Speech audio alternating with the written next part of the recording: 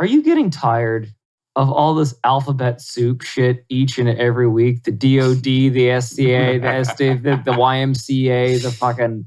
I can't keep up with all these things. And the WHO or WHO, and then the CDC does 3 for me. And I don't even speak words anymore, I don't feel like.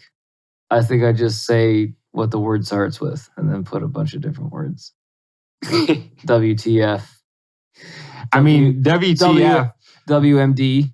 WTF does kind of encapsulate exactly what all the other alphabet soup agencies in DC are doing to us on a daily basis. You see, I set them up, you knock them down. That's right. Knock them out of the park. Well, speaking of acronyms, dear listener and co-host David. Strap in. There was a rather interesting event this week, and if you're a part of the email list, which you definitely should be, because that's some entertaining stuff. If you're a part of the email list, you have already gotten a little sneak peek on this pre-show topic. I think the definition of interest has changed. Interesting has changed over the past couple of years too. Interesting as like that's a new perspective. Now it's just like, what else? That poses an additional existential crisis to my very existence. Oh, that's interesting. And I thought I was depressed 5 minutes ago. Thank you very much. Yeah. So it's more of that latter type of interesting. And what it is, to quit burying the lead, is for once, David and I agree with some socialists. Isn't it? I mean, I grew up kind of Is this a Batman you live long enough to see yourself become a villain thing? The lines get really blurry. Are we supposed to hit him? Is it sexist not to hit him? Evil and not evil? Can't tell. Yes, no, dear listener, we are not aligning with socialists. But as the old saying goes... A blind squirrel finds a nut every now and again. Exactly. Or the PG version of that is a broken clock is right twice a day. How is that graphic? I think that might be one of the most wholesome things I've ever said. Based on your and I's personality to attract the type of listener that we hope is listening to this podcast. Are you insinuating they have as messed up as a mind as we do? That I would use a squirrel as a euphemism for an erect penis? No, I'm pretty sure that Brian Squirrel finds a nut every now and then was a portion of a 50 Cent lyric, I remember. It's been a saying. Okay, you think that 50 Cent's coming up with colloquialisms now? I'm saying that the way he used it was more sexual in nature, and more people, their introduction to that man that was going to take you to the candy shop, through 50 Cent. The man that was going to let you lick the lollipop would take a squirrel, exactly, and make now it a dick you're joke. Catching up. Okay, all right. See, we're both demented. We're just in different ways. Exactly. I'm a little more. So I imagine that our beautiful, beautiful supporting listeners have the same type of dirty minds we do, and so they know where that was from. They're in good company. Exactly. So they're on brand. Back on the tracks that David so graciously pulled us off of. I was trying to help. Here's what the DSA recently said that had all of the right people's, knickers in a twist. One more time, Dane. Really hammer home what we talked about earlier. Nick Kerr. Knicker, like the New York. Can we just go with panties from now on? No, like the New York Knickerbockers. See? Nick Kerr, like as in pants, like the old-fashioned way of saying pants. His knickers. Jesus, David. Just making sure. You can't be too sure nowadays. By you insinuating or... I'm just making sure. Okay, just making sure. If we're going to cancel, let's do it appropriately. Okay, back to what the DSA had to say. So, quote, there is no solution through war or further intervention. This crisis requires an immediate international anti-war response demanding de-escalation, international cooperation, and opposition to unilateral coercive measures, militarization, and other forms of economic and military brinksmanship that will only exacerbate the human toll of this conflict. And the statement went on to say, we call on anti-war activists in the United States and across the world to oppose violent escalations, demand a lasting diplomatic solution, and stress the crucial need to accept any and all refugees resulting from the crisis. Now, on those quotes from the DSA statement alone, for any new listeners, I refer you back to episode 83. But for David, I say, is there an echo in here? Is there an echo in here? Does that not sound very similar to statements made by your hosts on this podcast a couple weeks ago? Not 2 episodes ago. Yeah. So it's a little bit like, do you feel it? Do you feel like you're a little soothsayerish? Oh, there goes something that was probably important. Sorry, drop my water bottle. That just tells you how authentic the show is. Yep. Moving on. That's right. Also, when I open a basic bitch White Claw here in a second, that will also tell you about the authenticity. You didn't of have the to show. tell him that that's what it was. I could have told him it's a super hard beer. It's a Rocky Mountain High. It's a White Claw. I'm just gonna keep it simple tonight. Anywho, yeah, it feels a little bit weird. It feels like we're reading the last chapter first at some of the times. Like what we're gonna discuss maybe later on in this episode. Maybe we're saying things to the general nature of. I don't want to jump the shark. We probably have to bury this lead a little bit further before we hop in. But it's just like we're playing back all the hits from 2021 when we're just sitting here screaming into the wind. I feel like we You're do that all a lot. gonna die! You're all gonna die! And then we're dead. Okay, we were off the mark by a little bit. You're not dying yet. They're just kind of forcing medical procedures on you, seizing the funds of your bank account if you donate to a protest that just they don't like. Multi-billion-dollar conglomerate that pays out settlements to people it fucks up every year to the tune of multi-million dollars settlements. But the guy, your best interest. The guy who thinks that the world is too overpopulated is the guy that everybody's looking to save human lives, and also is just now recently the largest private landowner in the entire United States. And has been handing out vaccines to Africa for a very long time. Interesting. Yes, we're obviously referring to Bill Gates. But listen.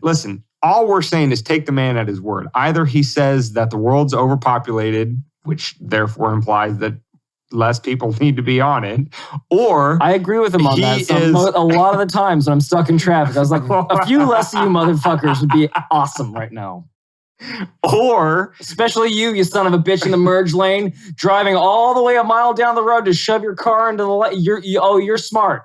We can do with less of you. I hope you merge into a pillar. Or you can choose to believe him when he says that he's just this, lover of all human beings in society and whatever, and he's just especially on a certain objectively and non-agendally with a certain person named Epstein cheerleading the whole vaccine system and wanting to get as many people injected against their will as possible. Listen.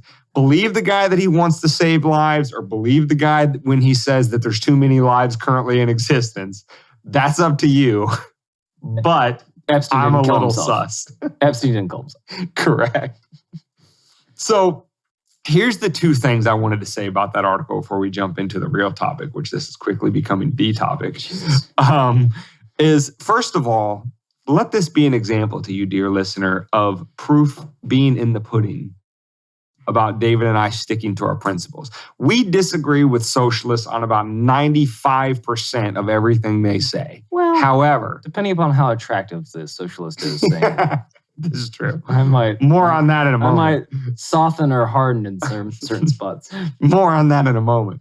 But we can acknowledge when a position of theirs, however they reached it. I don't care if they reached that position because, they're dogmatically devoted to the whole universal workers of the world unite kind of thing. Regardless of why they arrived at that conclusion, the conclusion of anti-war, diplomatic approach, stop the suffering as fast as possible, give humanitarian aid to the victims, take them in as refugees, that kind of statement, however they got there, it aligns with our principles. And so we can say, hey, broken clock twice a day, or welcome to the Libertarian Party, David and the Blind Nut. Who knew? Who knew? Now, these are strange times. They do make for strange bedfellows. That is true. Now, the other part of that is, and we're going to link this, it's a Daily Mail article. We're going to link it at the show notes page, which, I'll give you on the other side of the jump in.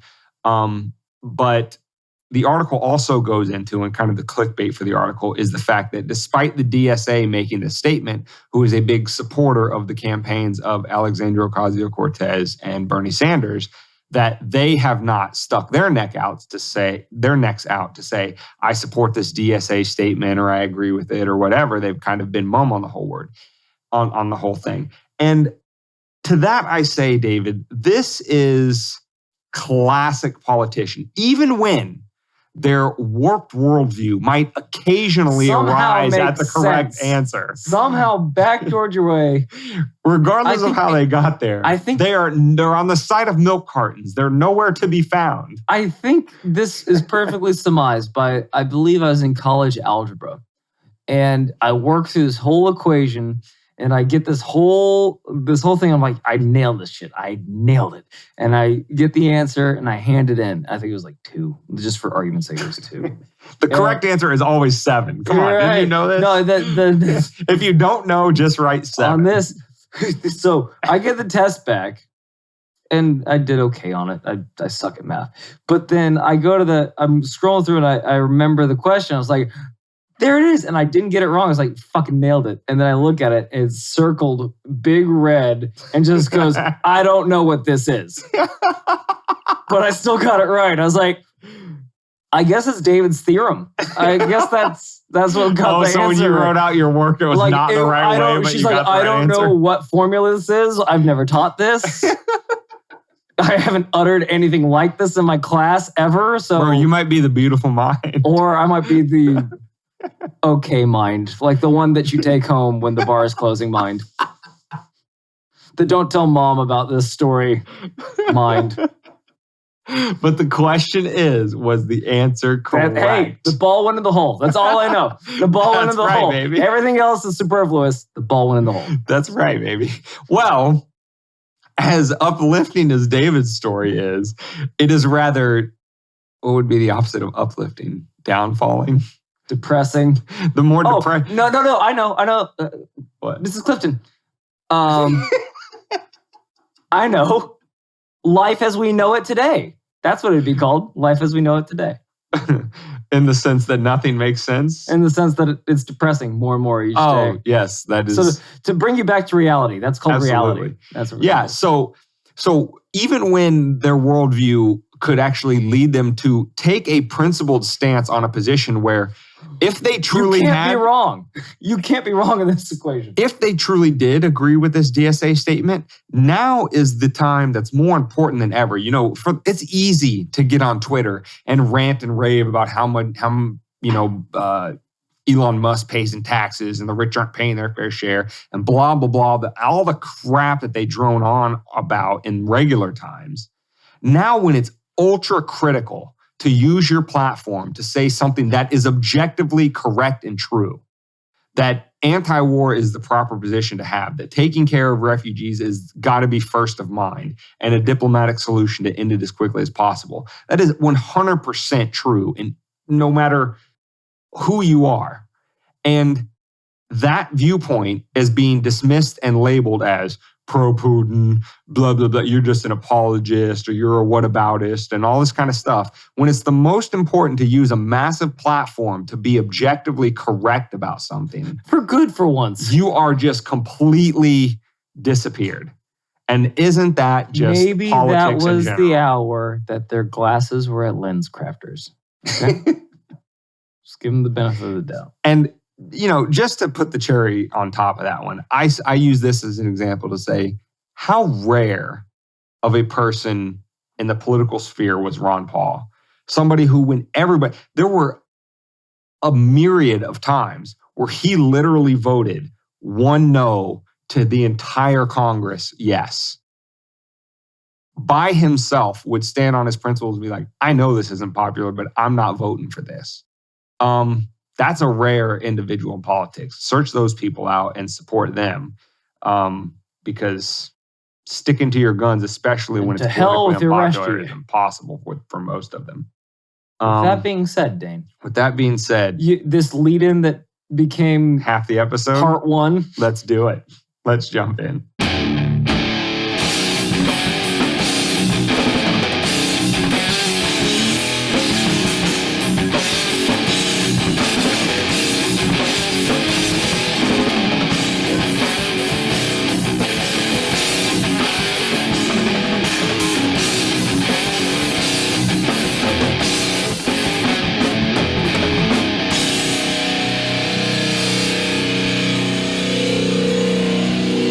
Welcome to Weapons of Meme Destruction It's a good thing you did. podcast, episode 85. Which means that you've done this 85 times. Sometimes human beings make mistakes. It comes out a little different. Which can be found at wmdpodcast.com/85. And like we mentioned, both in the pre-show and in the regular show, that is where you can find the show notes page that has the articles that we've talked about. So definitely go there. Definitely sign up for the email list because you'll get sneak peeks like what we just talked about earlier in the week and more regularly. Sign up for that email list on the homepage of the website. But you can also find us on any podcast app, YouTube, Odyssey, and then I think we're trying to get on Rumble. Oh, and then our non-podcast related but other content generating platforms, TikTok, Instagram, and Twitter. Find us at all those places. Just Google it. Just put it in the Google. Link up with us in many places as possible because we never know when one individual platform or the other is going to step on a landmine. Like what happened? Nuked. What happened this week? Like all three of yours. Like I tried to log into my Spotify. Oh yeah, the kicked me out. Spotify went down. I asked you and Carlos if. Shout out to Carlos. Damn Russian hackers. Yeah, we were all kicked out of Spotify at the same time. It was interesting. It was rather interesting. So you never know if that's going to happen. So just touch us all over the place on the internet. Touch us as much as you possibly can. And just keep touching us. So today's episode, we are taking a brief detour from the Ukraine-Russia situation, getting back into the COVID situation. Because although the regime would love for you to cat chasing a little one of those little things that they dangle in front of cats to tease them and make them jump. Catnip? No, catnip's what they eat to go to sleep. It's just a cat toy. It's like a cat toy. You know what I'm talking about, though. The listeners know what I'm talking about. It's like a carrot in front of the donkey. Yeah, whatever. Okay, dangle a carrot. What they're trying to get you to do is they're trying to get you to either forget about or whatever on the last 2+ years. Follow the white rabbit. Why wouldn't you just go Alice in Wonderland? Follow the white rabbit. Just pay no attention to the man behind the curtain. Exactly. Wizard of Oz. That's Wizard of Oz. I know what I'm doing here, Dane. Okay, She's whiz. making sure you didn't zig when you should have zagged. Vis-a-vis. Open your yapper one more time. All right, keep going. We forgot where we were at. Yeah, David. Sorry. No, I'm back. Is they would like to have you just completely forget about their world-destroying policies of the last 2+ years with COVID, and that they're complete scumbags who are at least as much responsible for all of the things that you're suffering now in terms of inflation and a very unstable economy, et cetera, et cetera. To say the least. They would like you to believe that the last 2+ years never happened and that everything bad happening today is a result of Putin. Goddamn Putin. Someone should just shoot Putin in the head, Yeah. Like, how As many David times have I mentioned on the last episode with, people that he's talked to that have brought up those sentiments, which are not his own. Right, which are definitely not my own. NSA, leave us alone. We're all humans. We're all God's children in the dark. We're speaking in pure hypotheticals, David. From to your what point. I've heard. Okay. No, be a little more precise. Thank you. That's all I'm asking. You reminded me that I said on the last podcast. I want to reiterate. I want new stuff. So just getting away from that kind of linear. It would help if you listened to the episodes when they came out. I hate listening back. I'm like, oh, you're an idiot. Oh, you got to do it for quality control, man. Just shut up, David. I annoy me. So I'm on your side, listener. And like, David, shut the hell up. Was that it? That was it. That was myself. That was just a very long self-deprecation detour. Exactly. I'm on your side, guys.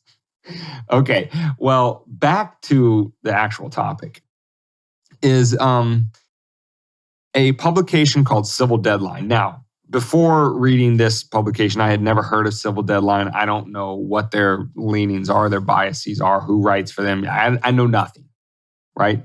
But they had a rather important article that they wrote about. So then what did I naturally do after is I went to a competing view to see what they had to say about it. So Civil Deadline writes an article that talks about data from the Defense Medical Epidemiological Database, or epidemiology database, whichever. And it showed a 900% increase in reported cases of hospitalizations within the military from the average of 2016 to 2020 versus 2021. So in 2021, there was a 900% increase. And now somebody would ask the question, why would there be such a massive increase? But weren't the troops home at that point? Isn't that after we just said fuck it and dropped all our shit and walked home? Not for all of 2021, but yeah, for the latter half of 2021. For the latter half of 2021, so you think it would go down? You would think. But just to give you some numbers from the Civil Deadline article. So from 2016 to 2020, the average number of medical reported events to this database was between a high of a little over 2 million and about 1.9 million. So very little variation at all. 2 million, 1.9, 2 million, 1.9 for every year from 2016 to 2020. Then in 2021, the number of cases, 21.5 million. So not 21, which again, a little bit over a 900% increase. Now, Dane, just because I feel like 900 is just like a fucking silver 9,000. Anyway, 900% is 9 times. When was the last time, taking it back to school, Scholastica? Yeah. When was the last time you got a 900% on the test? Never. I was lucky Unprecedented. I was lucky to get 100. Exactly. I think the last time I got a 100 on a test was when there was 5 questions. When it gets a little bit more than 5, it gets dicey for old David. That's all I'm saying. 900% increase. If you increase something by 100%, you double it, right? Yeah, you've done pretty good. You have 100% gain in your portfolio in the stock market a year. Nancy Pelosi. You are top of the line. Anyway. So, yeah, just to put it in, you're batting Pelosi numbers. If you're batting 900%, that's all I'm saying. I mean, if you're batting, no, I was saying 100%. If you're batting 100%, you're batting Pelosi numbers. 900% is off the charts. That's like super Pelosi. So anyway. She storms downtown Washington, D.C. as 900% Pelosi. So anyway, the average for 2016 to 2020 is about roughly 2 million reported cases a year. And then in 2021, it jumps up to 21 million.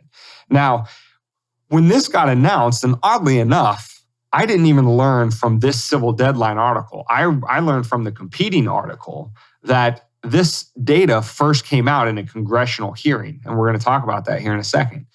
But once that came out, then quote unquote false memes started circulating around the internet that military health, impacts were 900%, more prevalent in 2021 than the previous 5 years. And you know what the response to that was from those who run the database in the Department of Defense? I think I know because I read the article. Well, answer like somebody who hasn't read. I don't know, Dane. What did it say? Please inform me. So the DoD said there was a glitch in the system for the years of 2016 to 2020. Goddamn glitches. And so I hate it when it does that. What they had to do is take the database offline, revise the numbers, which then just so happened to come out that 2016 through 2020 were much higher, much closer to the 2021 numbers. And then you explain to them okay. It's because you're so attractive and it's been a while for me and that doesn't usually happen. I'm usually more than a 2-pump job. There you go, Dave. Nail that. Just hammer it home. There you go. Drive the joke home. Take the subtlety completely out of it. Damn it. Well, keep talking because you made me lose my place in the article. I was going to keep going with the joke and keep saying other things. Like it was just, probably the drinks. I got a little ahead of myself. Okay. Okay, you back? I'm back. Okay. I definitely wasn't thinking about your sister. All of that information. Now, and I want you to, dear listener, ride along with me as I read these articles and break them down. So my first thing is Civil Deadline. Never heard of that publication. Don't know anything about it. Could be super whatever, like hates government, whatever. It could be super mainstream. I have no idea. It could be completely pharmaceutical company backed. But Civil Deadline says, hey, here's this massive jump in cases. After is the key word. After that massive jump was noticed, then the officials go back and go, oh, well, that was a glitch. They revised the numbers up, whatever.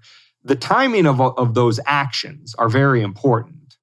And so even though I don't know if Civil Deadline is a publication with some sort of agenda one way or another, I'm immediately thinking that whole series of events is suspect enough, regardless of what the explanation for the series is, that massive jump happens, DoD pulls the database offline, revises the numbers, and the massive jump doesn't look so massive. That series of events would make anybody objectively, not putting in the context of COVID, but just say, hey, I want to look more into this. This looks like it certainly has some of the appearances of quote unquote cover up. Maybe we should investigate further. Does that seem like an unreasonable conclusion to take away from that article? All I'm saying is, I wish it was that easy to poo my major fuck ups in my life. I'm sorry, Professor. I got an F on that. Let me revise my answers. By the way, do you have the key? Yeah. Can you have the answer key? No, honey. I wasn't staring at that waitress's jugs. I just noticed that she had some skin. It might be carcinogenic melanoma. And when she comes back, I'm going to tell her to go to her doctor and have it checked out immediately because I'm concerned for her health. Definitely wasn't that. They're literally sitting there with chocolate smeared on their faces and their little hands. They're like, I think Dad did it. And by they, you mean the DoD, not Correct, not the Hooters waitresses. No, well, okay. I hope. I don't even know how to tie the Hooters waitresses into this. But what I'm saying, you said chocolate smeared all over them, and I thought you were going a different route with that. Oh well, I mean, this is a family show, Dane. Let's keep it classy. So, David, get your stuff together. That's all I'm saying. Is I wish I could duff it into the mountain and say no. It was the sun was in my eyes. Okay, so.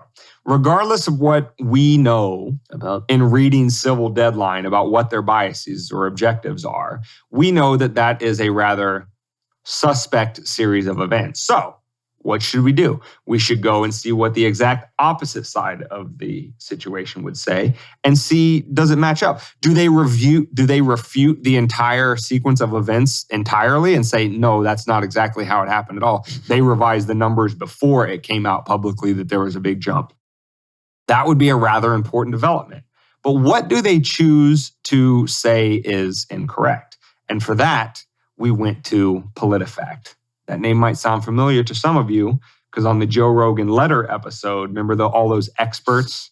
David, can you look up that episode number so we can tell them? Remember all of the experts that signed that letter and they cited to ridiculous bias I believe sources? There was a couple of veterinarians. Yeah. Expert. Well, two of their citations in their little letter, I think, were from PolitiFact. There may have been more, but that just shows you that PolitiFact is much more of the support the mainstream kind of viewpoint. They're not going to take what Civil Deadline has at face value. Now, here's what PolitiFact said. In rating this claim that there was a 900% jump completely false. Oh, that's episode number 77, by the way. 77 is the Joe Rogan otherwise letter known as episode. Defense of Rogan Against the Experts. Exactly. 77 of the podcast, wndpodcast.com/77. You will hear our breakdown of the letter that the quote-unquote experts wrote to get Spotify to censor Joe Rogan. And in there, they cite to in support for their positions several PolitiFact articles. So, back to this episode and what PolitiFact had to say about this little series of events. They quoted a Peter Graves, who is a spokesperson for the Defense Health Agency Armed Forces Surveillance Division. God, that sounds official. Yeah, no. Defense Health Agency's Armed Forces Surveillance Division. And he said, quote, if you have to take a breath in between, like, your whole job description, you are legit, all right? I don't want to hear another word about it. Okay, so Peter Graves said this, quote, in response to concerns mentioned in news reports, the division reviewed data in the DMED, which is that Defense Medical Epidemiology Database, soup. And found that the data was incorrect for the years 2016 to 2020. Officials compared the numbers in the DMED with source data in the DMSS and found that the total number of medical diagnoses from those years, quote, represented only a small fraction of the actual medical diagnoses. The 2021 numbers, however, were up to date, giving the appearance of significant increased occurrence of all medical diagnoses in 2021 because of the underreported data from 2016 to 2020. So let me break that down, what he's saying. He's saying that the 2021 data was up to date. The numbers that you're seeing, those 21 million reported events, those are up to date. Those are not a part of the glitch. That actually happened. Those are the correct numbers. The things that make us look good. Exactly. But are real. From 2016 to 2020, there was even though there was 21 roughly million cases, sure, only 2 million of those were getting reported because of a glitch in the system. And we've since gone back and revised that number. Question. Yeah. How many, we probably should have looked this up before the show. What's the population, like the overall population of the military? The entire military? I think maybe like 2 million active and I don't know, 500,000 reserves. And how many? I could be totally off on those numbers. Don't quote me. That's top of the head stuff. How many people showed up with cases last year after the jab in 2021? No, it's not how many people. It's how many cases were reported. So one person can have multiple cases. Whatever it is. They rolled an ankle. They did this. They did that. My whole point is they needed hospitalization. Isn't our military supposed to be like, the best of the best? And if they're always sick like this, that's not usually we need to look into thing, maybe right? get them some vitamins, maybe get them on some TRT or something, boost their immune system, get it going a little bit over there. I'm just concerned for their health. Now, keep in mind what I said earlier when I was giving the civil deadline side of the argument before we got into PolitiFact. I didn't even learn where this information first came from. And it was first cited by an Ohio attorney, Thomas Renz, on January 24th during a COVID-19 panel discussion led by U.S. Representative Ron Johnson of Wisconsin. During the 5-hour... Oh, damn it. I totally didn't catch that when I first read through it. And the first time you hear it, you immediately catch it. How did you not? I'm Rand Jansen from Wisconsin. Oh my God. Trust that guy loves cheese. Trust and believe. Okay. He is all about dairy products. All right. So anyway, that guy led a panel discussion where this attorney, Thomas Renz, quoted from the database, and during the 5-hour hearing titled "COVID-19: A Second Opinion," Renz said that. Will you quit laughing? I can't even look at you and still read this. Sometimes life is beautiful. Okay. All right. Renz said that 3 whistleblowers he represents provided him with these figures based on medical codes from the Defense Medical Epidemiology Database. So the first place that this information came out was in a hearing held by a U.S. representative. Think what you want about that person. That's what happened. Then the Civil Deadline article picked it up and said, hey, there's something really funky going on because cases jumped in 2021. And their response was not to say that's not the order that it happened in, but to give you this completely ridiculous excuse, literally the dog ate my homework excuse. Not the drones you're looking for. We got bad data we got, uncomfortable, at least for us, data this year. We need to take the thing offline and revise it so it doesn't look so bad. Well, you see, the thing when you mandate something and it turns out to be bad, it makes you look bad. Yeah. Exactly. And their way to squiggle out of this one was, nuh-uh. No, see, what we were doing was we were incompetent before we made you do that thing that made you sick. We were stupid heads before, but when we made you do that thing, we had our right thinking hats on and we did the right thing. Right.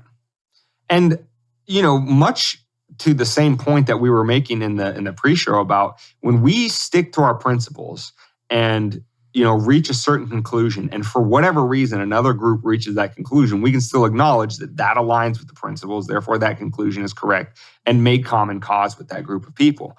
And the way that you get to a principled position like that is by honestly engaging with both sides. It would not be responsible for David and I to read a civil deadline article, again, with all of the things that we don't know about civil deadline, and then regurgitate that information without understanding where the truth lies. So then we go to an opposing article like PolitiFact, and they don't even debate the series of events that took place in civil deadline. Don't even engage with that. Yep, that happened. In 2021, we saw an explosion in numbers. We thought something was funky. It was a glitch. We took it offline. We fixed it, whatever. That's their excuse for why it happened. That's their rationale. But they don't deny the sequence of events of bad data or we got an uncomfortable number, and that's when we decided to take it offline and revise it. Trust those people all you want. But whether you choose to trust them or not, we would submit to you your eyeballs for the last 2+ years. But if in light of all of that, you still choose to trust those individuals, you have to admit at bottom that it is a rather suspect sequence of events that even the sympathetic side to what happened doesn't debate the sequence of events. And once the sequence of events are what they are, once the facts are what they are, you come to your own conclusion about demonstrated experience of the past 2+ years and whether these people seem to tell you the truth very often or change when it's convenient. You make the decision of which side you want to believe, but the facts are the facts are the facts. And that's the sequence of event that happened according to both civil deadline and a sympathetic to the COVID narrative PolitiFact article. And once you have the facts, you make your own decision. And that's all we're trying to do is give you that analytical framework to make your own decision.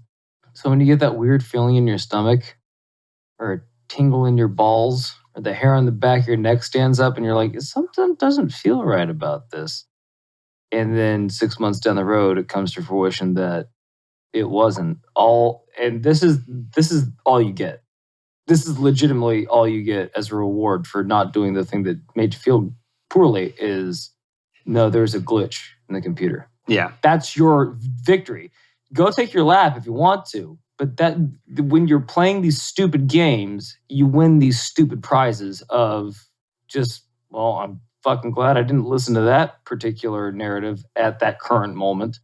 And that's a point that we've made on this podcast many times about Fauci et al. And it's not just within the COVID regime, but also in the context of foreign policy and all that kind of stuff. Right, extrapolate it out to all forms and fashions of government. Yeah, when the centralized government is making decision for 320 million of us, that decision should be examined thoroughly before anybody supports it. Is that these people can't even be bothered to keep up with their own narrative. Like once things change, then they just completely change the entire premise of their whole argument. Oh, well, the science changed. That's why we're doing that. Or, oh, well, despite the fact that, they start out with, vaccine efficacy nearly 90%. And then by the, 6, 7, 8 months down the line, it's down to 30 some percent. That kind of breakdown in their narrative, start to finish, is they can't even keep track of when they want to tell the truth about which narrative is going on. I think the more odious thing is they don't care to. And they don't care to keep track of it enough to come up with a decent enough excuse other than my dog ate my fucking homework. Like, there's a glitch. A glitch created a 900% increase. Yeah. A glitch did. And it only did it on this year that happened to coincide with mandatory vaccination. Like right after we made everyone get this is the glitch. This is the year that it glitched. Well, why didn't it glitch back in 2006 when nothing was going? Wow, we can't be bothered with it. It's science, okay? Right. Like they don't even respect you enough to come up with a good excuse. It's like, it was a glitch. We fixed it. Oh, you mean you went back and tampered with data, which is actually, I believe it's a crime, but so you're willing to break the law in front of our face and say that you fixed it, but you still want us to trust you and the narrative and that... Yeah. I mean... all you need is more money and you can do your job better. I mean, listen, obviously, if you're already listening to this podcast, you are probably already somebody who discontent with his government. Yes, is discontent, but is also like very analytical with the way that they approach whatever narrative they're being told. This doesn't just have to be within the context of government. It can be in your daily lives. Like, one friend tells you one thing, another tells you another. Like, how do you discern where the truth is? Like, some people go through and dig a little bit deeper than others and want to understand why the world is the way that it is. So we understand that as a self-selected audience, that a lot of the listeners of this podcast are already going to be like that. But to any extent that you either aren't or have friends or family who might want to engage with what they're being told a little more critically and have the tools to do that, then this is the podcast for you. And you might get some chuckles in. And if you know anybody else like you, bring them on in. If you know people that this is going to piss it off, send this podcast to them too. Absolutely. Just have fun with it. Well, life's too short. It's about to get a lot shorter with this nuclear holocaust coming up. So I will say this, that I've already, it's not even a question because we already mentioned COVID-related data, and we directly talked about a publication, PolitiFact, who disagreeing with is good enough to get you kicked off of YouTube. Right. This episode will not go on YouTube, but you can find it on Odyssey. I don't remember if we're on Rumble yet or not. I got to check. But definitely you can find this episode on Odyssey if you choose to listen through those platforms. But if you don't listen through those platforms, just find us on our website at wmdpodcast.com/85. And you can find us on any podcast app. Just search Weapons of Meme Destruction. Just shout it at your phone. And also link up with us on Twitter, Instagram, Alexa. and TikTok. Just say Alexa. Yeah. Play Weapons of Meme Destruction. Hey, Alexa, play Weapons of Meme Destruction. I said, gotcha. I got you, bitch. She's already doing it. And little egg right here. Mm-hmm. Little Easter egg here. If we can get 10 people to comment, I'm Ron Johnson, and I'm from Wisconsin, we will begin shirt designs immediately across all platforms. So if you're just listening to it and you want to comment on Spotify, comment, I'm Ron Johnson from Wisconsin. And we are going to get those shirts printed off immediately and put in our Shopify or wherever the hell our shirts are sold. On the website, so wmdpodcast.com. There you go. Perfect. One more time, just in case they weren't listening that time. wmdpodcast.com. So if my name is Rand Jansen from Wisconsin, I need to go to WD. If we get enough comments on our other social media and we create the shirts, yes. Excellent. But you should go there now and buy shirts with our logo because we need money. Idiots. What do you think? And we got no money. You don't need that money. You didn't make that. You didn't build that. So with that being said, David, how do you feel about episode 86? It's another day. We're only on 85. Another day without lions. Can we try to predict the future about what 86 will be? What crazy thing will happen over the next What's crazier than finding out that we had biochemical research in Ukraine. They might have been studying biochemicals. They might have been making weapons that had bio. We might have been aware of it. Those stations might have actually belonged to us. We might have been actively studying them when Putin struck. So anyway, this COVID son of a bitch over here, I'm going to go ahead and assume that river runs deep. Yeah, I think I'll put some links, even though we didn't discuss it at all, other than David's little kick in there at the end. Yeah. I will put an article to the bioweapons labs that the United States put in Ukraine, then accused a bunch of people of conspiracy theory for suggesting that there were bioweapons labs in Ukraine, to then admitting that, yeah, they're pretty much there and we're worried about Russia taking them.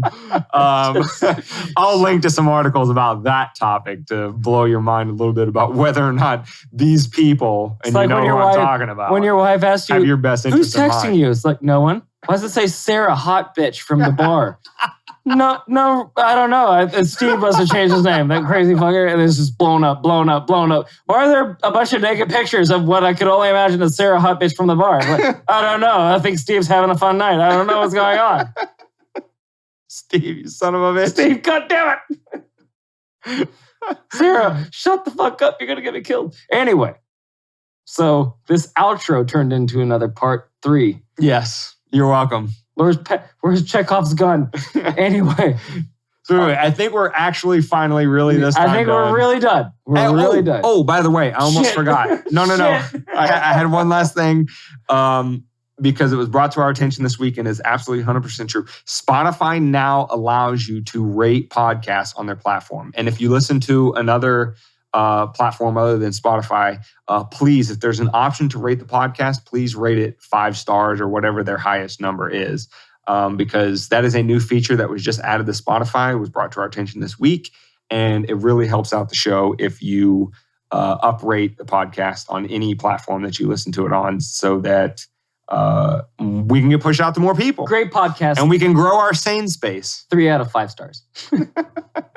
Don't tell them that, man. What 5s? It's a Dan Cummins Okay, joke. Anyway. Please rate us everywhere you find us, and we will see you next week for episode 86. Stay free and stay safe.